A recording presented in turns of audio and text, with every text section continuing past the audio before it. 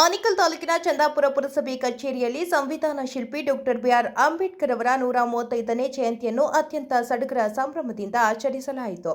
ಇದೇ ಸಂದರ್ಭದಲ್ಲಿ ಚಂದಾಪುರ ಪುರಸಭೆ ಅಧ್ಯಕ್ಷರು, ಉಪಾಧ್ಯಕ್ಷರು ಮತ್ತು ಪುರಸಭೆ ಸದಸ್ಯರು ಹಾಗೂ ಅಧಿಕಾರಿಗಳು ಡಾಕ್ಟರ್ ಬಿಆರ್ ಅಂಬೇಡ್ಕರ್ ಅವರ ಭಾವಚಿತ್ರಕ್ಕೆ ಪುಷ್ಪನಮನ ಸಲ್ಲಿಸಿದರು. ಜೊತೆಗೆ ಸಂವಿಧಾನ ಪೀಠಿಕೆಯನ್ನು ಓದಲಾಯಿತು.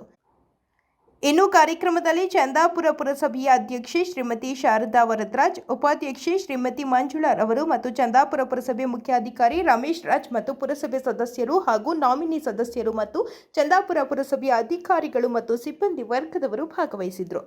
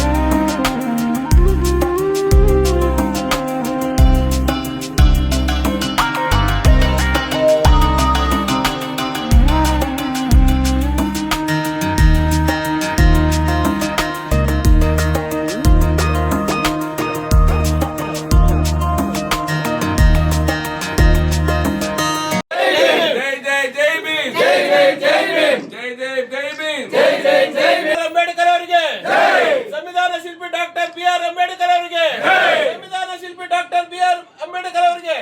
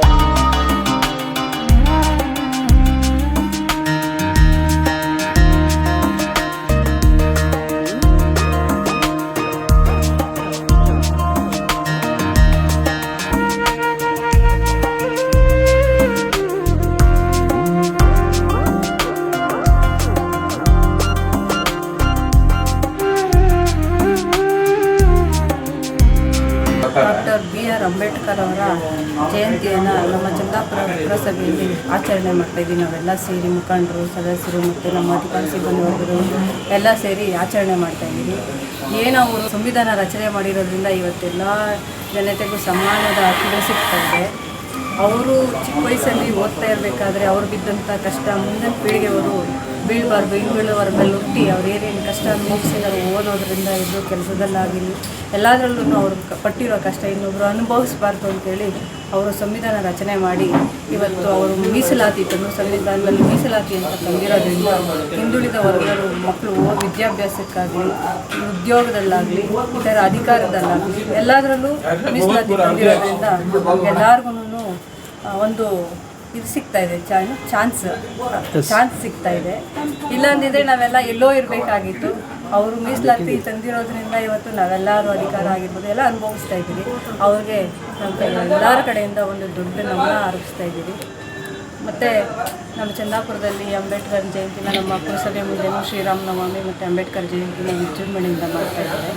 ಎಲ್ಲರೂ ಭಾಗವಹಿಸಬೇಕು ಅಂತ ಹೇಳ್ತಾ ಇವತ್ತು ಸಂವಿಧಾನ ಶಿಲ್ಪಿ ಡಾಕ್ಟರ್ ಅಂಬೇಡ್ಕರ್ ಸಾಹೇಬರ ಜಯಂತಿ ಪ್ರಯುಕ್ತ ಎಲ್ಲ ಅಧ್ಯಕ್ಷರಿಗೆ, ಉಪಾಧ್ಯಕ್ಷರಿಗೆ, ಸದಸ್ಯರಿಗೆ, ನಾಮನಿರ್ದೇಶನ ಸದಸ್ಯರಿಗೆ ಶುಭಾಶಯ ಕೋರುತ್ತಾ ನಾವು ಅಂಬೇಡ್ಕರ್ ಅವರ ಮಾರ್ಗದರ್ಶನದಲ್ಲಿ ಆದರ್ಶಗಳನ್ನು ಪಾಲಿಸೋಣ.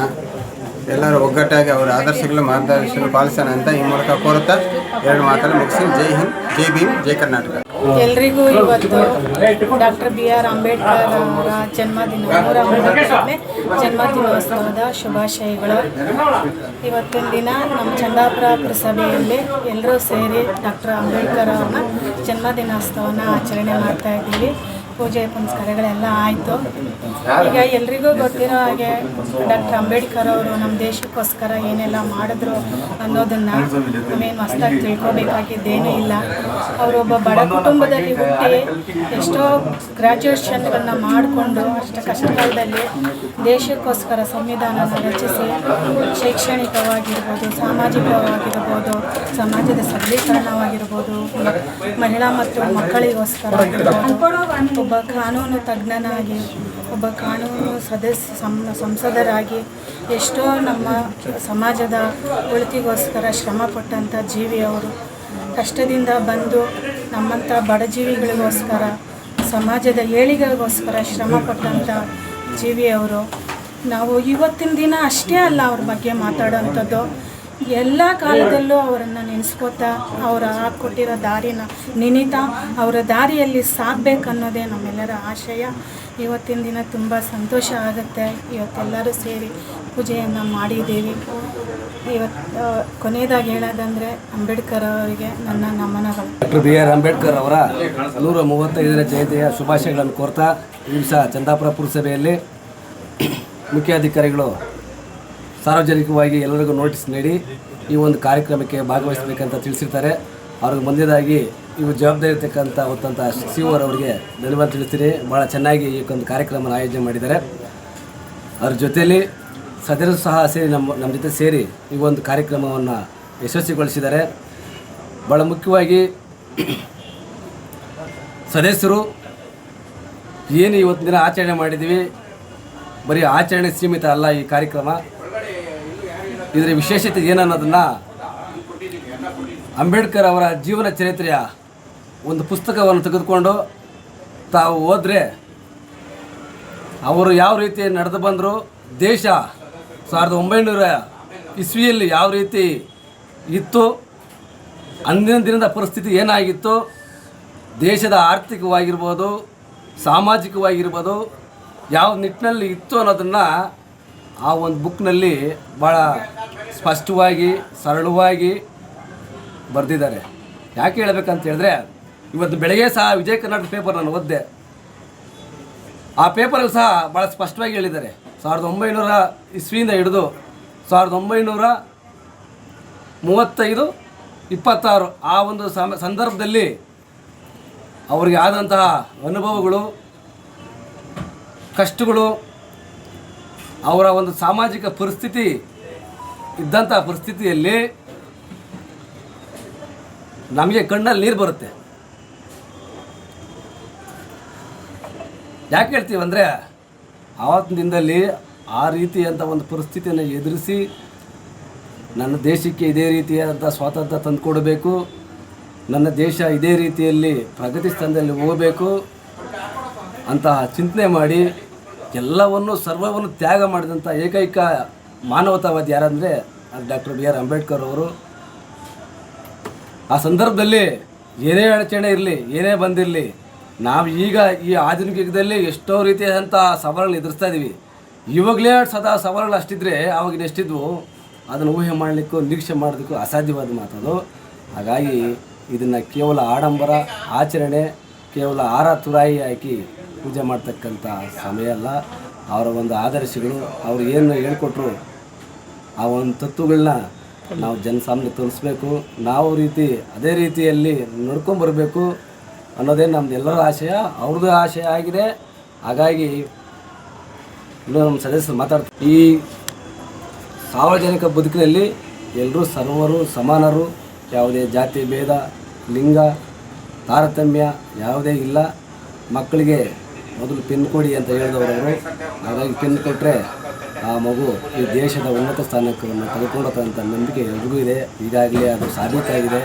ಹಾಗಾಗಿ ಎಲ್ಲರೂ ಅವರು ಆದರ್ಶವನ್ನು ಪಾಲಿಸಿ ಅಂತ ಹೇಳ್ತೀನಿ. ಮತ್ತೊಂದು ವಿಶೇಷವಾಗಿ ಏನಂದರೆ, ಈ ದೇಶದ ನಾರಿ ಶಕ್ತಿಗೆ ಅನುಗುಣವಾಗಿ ನಾರಿ ಶಕ್ತಿಯನ್ನು ಬಲ ತುಂಬಲಿಸ್ಕೋಸ್ಕರ ಕೇಂದ್ರ ಸರ್ಕಾರ ಈಗಾಗಲೇ ಅವ್ರಿಗಾಗಿ ಒಂದು 33% ಮೀಸಲಾತಿಯನ್ನು ತರ್ತಾ ಇದೆ. ಎಲ್ಲ ರಂಗದಲ್ಲಿಯೂ ಅದನ್ನು ಸಾರ್ವಜನಿಕವಾಗಿ ಅವರೆಲ್ಲ ಸದುಪಯೋಗಪಡಿಸ್ಕೊಳ್ಳಿ, ಅವರು ಸಹ ಬಲಿಷ್ಠವಾಗಿ ಬೆಳೀಲಿ ಅಂತ ಹೇಳ್ತಾ ಈ ಸಂದರ್ಭದಲ್ಲಿ ಶುಭ ಹಾರೈಸ್ತೀನಿ. ನಾಗರಿಕ ಬಂಧುಗಳಿಗೆ ಡಾಕ್ಟರ್ BR ಅಂಬೇಡ್ಕರ್ ಅವರ 135ನೇ ಜನ್ಮದಿನದ ಶುಭಾಶಯಗಳು. ಜನರಿಗೆ ಡಾಕ್ಟರ್ BR ಅಂಬೇಡ್ಕರ್ ಅವರ 135ನೇ ವರ್ಷದ ಶುಭಾಶಯಗಳನ್ನು ಕೋರ್ತಾ ಇದ್ದೀನಿ. ಡಾಕ್ಟರ್ BR ಅಂಬೇಡ್ಕರ್ ಅವರಿಗೆ 135ನೇ ಜನ್ಮದಿನದ ಶುಭಾಶಯಗಳು. ಇಂದು ನಮ್ಮ ದೇಶದಲ್ಲಿ ಎಷ್ಟೋ ಜಾಗದಲ್ಲಿ ಅಂಬೇಡ್ಕರ್ ಜಯಂತಿ ಮಾಡ್ತಾ ಇದ್ದಾರೆ. ಅದಕ್ಕೆ ಕಾರಣ ಅವ್ರು ಮಾಡಿರೋ ಸಾಧನೆಗೆ ಎಷ್ಟೋ ಜನ ಕೆಲಸ ಎಲ್ಲ ಸರ್ಕಾರಿ ರಜೆ ಇದೆ. ಆ ಮಾಡಿರೋ ಸಾಧನೆಗೆ ಅವರಿಗೆ ಕೋಟಿ ಕೋಟಿ ನಮನಗಳು.